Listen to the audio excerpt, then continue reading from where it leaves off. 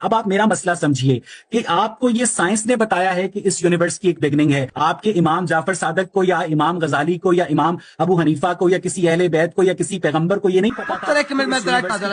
ये आप कहते हैं, पहली बात आपकी गलत बयानी है कि साइंस ने हमें सिखाया। ये बिल्कुल गलत बात कर रहे हैं आप। ये किताब तफसीर इमाम अल हसन अल अस्करी अलैहिस्सलातु वस्सलाम, छाप मदरसतुल इमाम अल महदी अलैहिस्सलाम, यहाँ इख्तिजाज और रसूल सल्लल्लाहु अलैहि वसल्लम, रसूलुल्लाह सल्लल्लाहु अलैहि वसल्लम का मुनाजरा है दहरियों के साथ। आपकी तरह वहाँ पे दहरी थे, कहते थे दुनिया किसी ने नहीं बना। यहाँ पर मुलाहिजा करें, दहरियों के साथ उनके मुनाजरा है, सफर नंबर 534 के आखिर में शुरू होता है। फिर यही बातें जो मैंने की हैं वहां पर सतर बसतर मौजूद है। मैं आपका वक्त नहीं लेता कि मैं अरबी अल्फाज का तर्जुमा करूं। ये मैंने जो की है, मैंने किसी बर्ट्रांड रसल या किसी साइंस वगैरह की ये चीज देखें कि फाइनाइट चीज कि मसलन अगर आपसे लाइन में इन्फिनिट लोग आगे हैं तो आपकी बारी कभी नहीं आएगी। साइंस पे डिपेंड ही नहीं करता। ये बात लॉजिकल है, ये बात लॉजिकल है, और ये बात अगर उन्होंने लिखी है तो ठीक लिखी। बिल्कुल। किसी अहले बैत को या किसी पैगंबर को ये नहीं पता था।